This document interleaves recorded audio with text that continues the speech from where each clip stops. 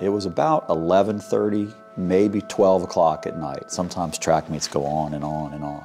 And I was still there, I was still competing. There weren't many people in the stands. And I remember looking over and seeing Jack Bowling sitting in the stands.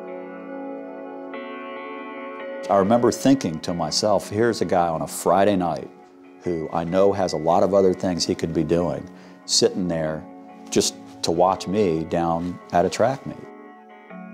And so, I mean, that was a moment for me that I realized that this place is different.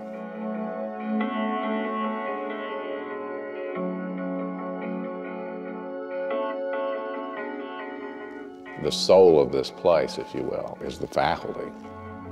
There's absolutely no question that it's not a job. It is a calling.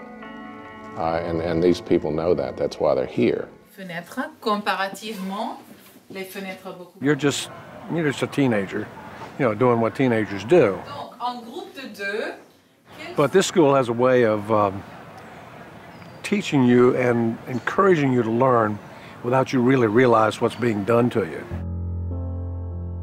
One of whom was Jim Isbell.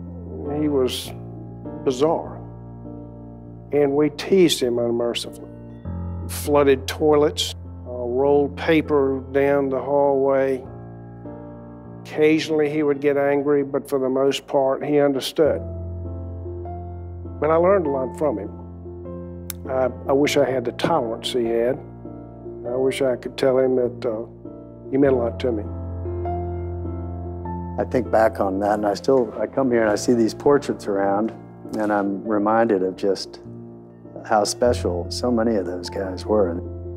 Very blessed to have had the relationships that I did with so many of the people who were giving their hearts and souls to us while I was here. Many of the teachers were almost father figures to me as I went to school. And that made a big difference, and it obviously made a big difference to my mother because she had a lot of support. And when I began to worry about my academics a little bit, he was the first guy that gave me counsel and called me over to his office several times to make sure that everything was being done correctly and I was feeling comfortable. And, you know, you just can't buy a relationship like that. So I look back at people that made a big difference for me, you know, Mr. Herzog and Dick Kemper and people at St. Christopher's who, to this day, you learn so much from them, you take it forward with you.